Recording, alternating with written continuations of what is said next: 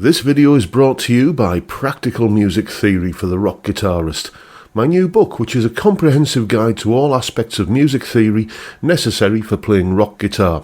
From blues to the cycle of fifths, from understanding and using modes to choosing the right notes for a melodic solo, from pentatonic scales to chord construction and keys. It's all covered in a clear and concise manner. With accompanying video demonstrations, jam tracks and tabs, you'll learn to use the knowledge you gain in accessible ways that make sense for less than the cost of a few guitar lessons. Check out the link in the description for more details. Hello chaps, welcome once again to John Robson Guitar Tuition. As always, I do hope you're well. It's Tuesday today, so we're doing a top 5 list, and this is one suggested by one of my viewers called Mike, who sent me this email. Hello John, an idea for one of your top 5 videos. Out of the solos you've done on your channel, which ones are your favourites and why? Mike. So yes, the number of solos I've done on this channel, I've never counted up how many I've done, but it's a few, let's say, more than a few.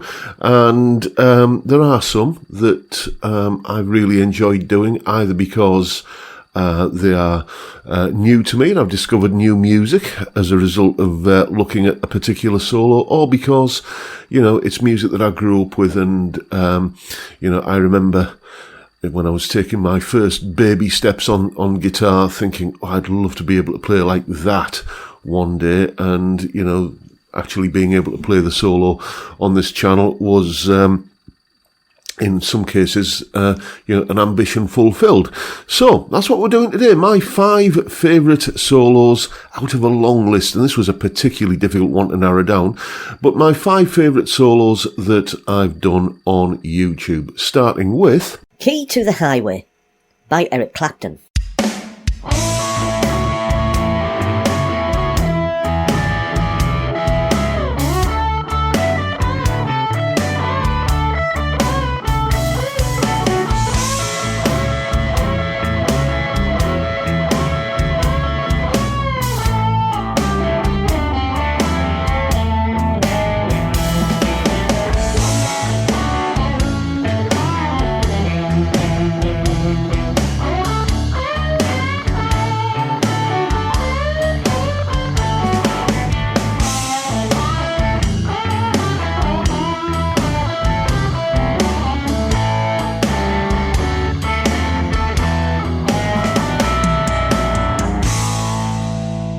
Now, this one goes back to when I was a kid, early teens, kind of early adolescence or thereabouts. I forget the actual date. But I discovered Eric Clapton via Layla. I've told this story many times before, and it was that song, Layla, the intro riff was used on a local TV station's kind of current affairs kind of show, like local kind of current affairs and politics and that sort of thing. Wasn't a show that I particularly watched, but I did like the theme tune, and it was this riffy thing that I later found out was Layla by Eric Clapton. So I got the Layla album, and that was the album where I discovered blues. And the track that really turned me on to blues was Key to the Highway. About 7 minutes long or thereabouts, possibly longer, I can't remember. But I remember, just sitting there with my little Sony Walkman with a kind of orange ear pad, headphones on, the little metallic strip that goes across the top. Happy memories. Just listening to this continuously and just thinking, this is just so soulful and fantastic. And it was really what, as I say, set me on the path to where I am now. I was already playing guitar by then, but this was was something, I think one of the solos that made me think about taking it much more seriously than I probably was, and certainly got me into blues and classic rock and that, and it was just a real ambition fulfilled to do that solo. Apologies about the grainy picture quality there. That this was, as you can probably tell from the early days of the channel, when I didn't have much knowledge on how to make videos, but that solo was one that ticked a lot of boxes for me. Next, The Race is On by Brian Setzer and Dave Edmunds.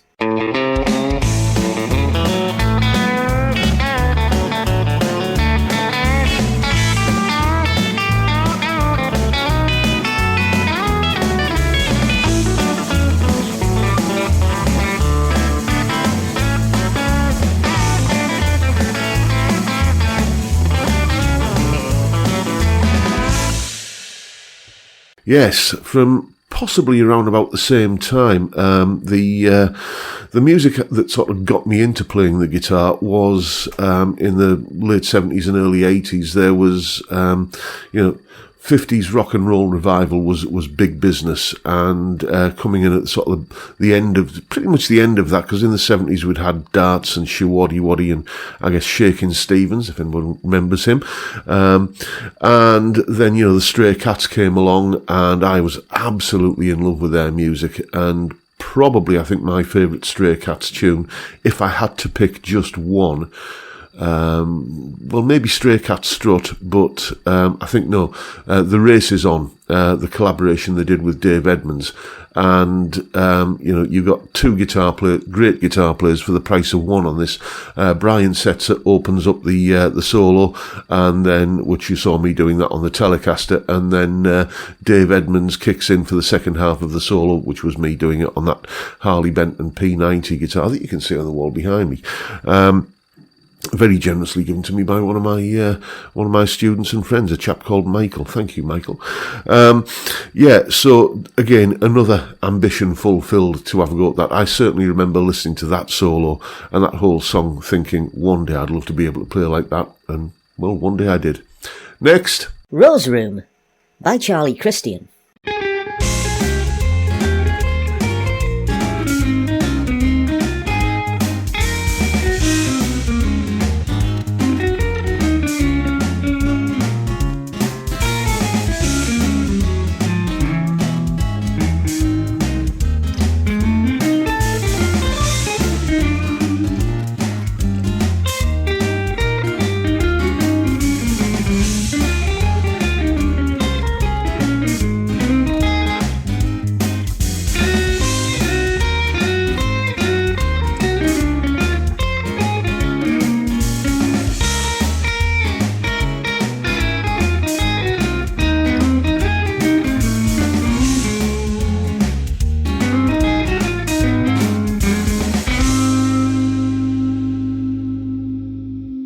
Yeah, now when I went to college in 1984 at the tender age of 17, one of the books that was in the college library, and let's put this into context.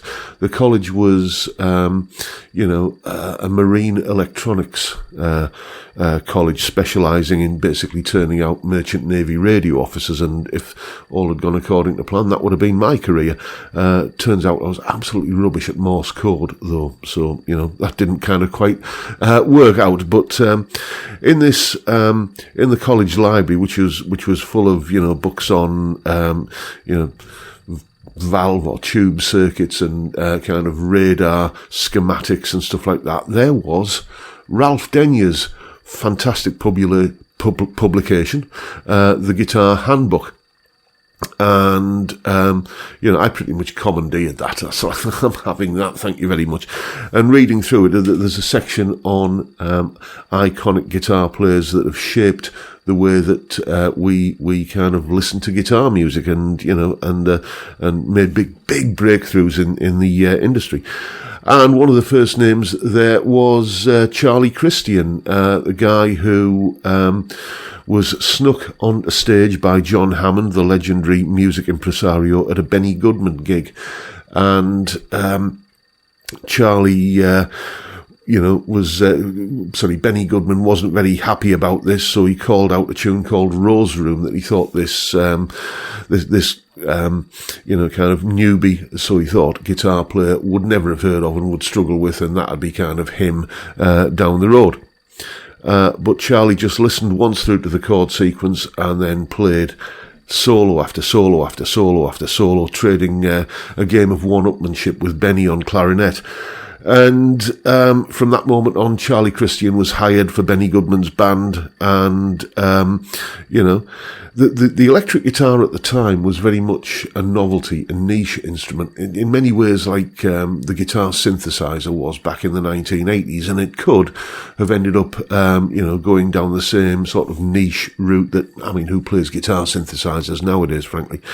But Benny Goodman was probably the biggest rock star of his day, and the fact that he hired this guitar player meant that everybody else was now playing catch up, and all of his contemporary band leaders wanted a slice of what Benny had in his band. So the electric guitar certainly had its profile raised by this one solo on the Benny Goodman tune Rose Room, and again, it was many years after I'd read about this in the Guitar Handbook that I actually heard it, and I thought, apart from the sort of slightly grainy recording quality, it still stands up today. It still sounds fresh and it still sounds modern. And it was a bit of a challenge getting my fingers around this one, but I managed it. And again, it was a little bit of a feather in my cap to play such an iconic solo.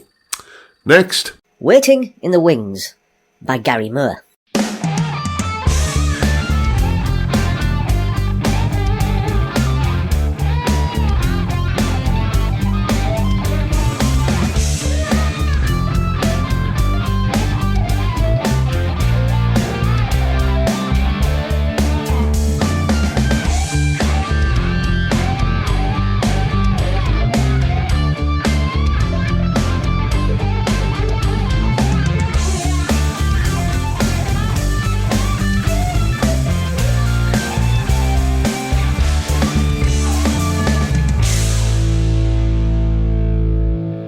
Yes, there had to be a Gary Moore one on the list, didn't there? My favourite period of Gary's playing is from the early 90s. The Still Got the Blues album is, I think, possibly one of his best albums, if not the best. But an album I've been listening to a lot lately is the album he did with Ginger Baker and Jack Bruce, the BBM album. And it's like when I first read about, Gary Moore kind of joining a reformed version of Cream in place of Eric Clapton. Gary Moore and Cream, that's a bit like saying to my dog, kind of Walkie's biscuit belly rub. Do you know what I mean?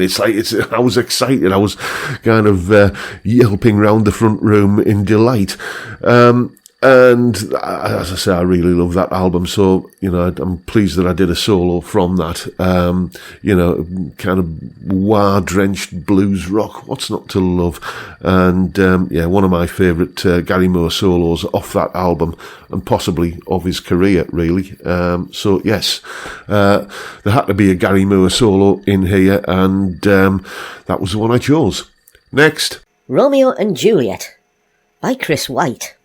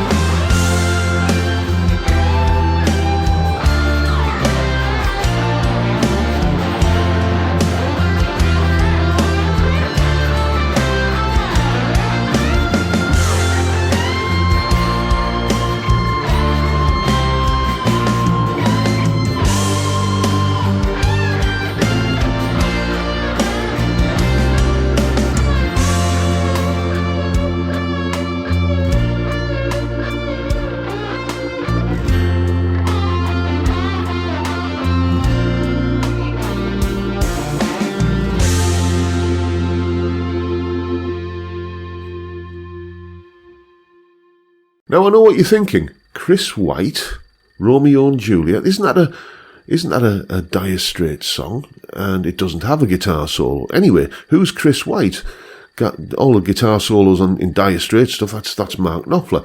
Well, yeah, I am talking about the Dire Straits song, but a particular live version of it from 1988.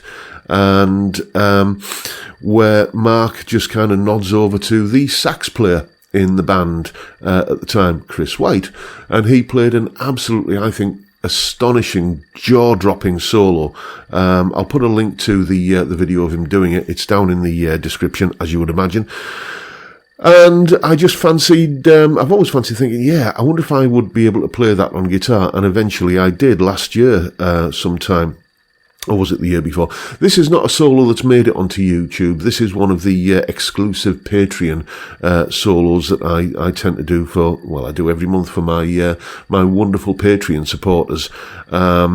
So, you know, I don't usually put this kind of stuff up on YouTube, but I thought I'd just allow myself this one little indulgence.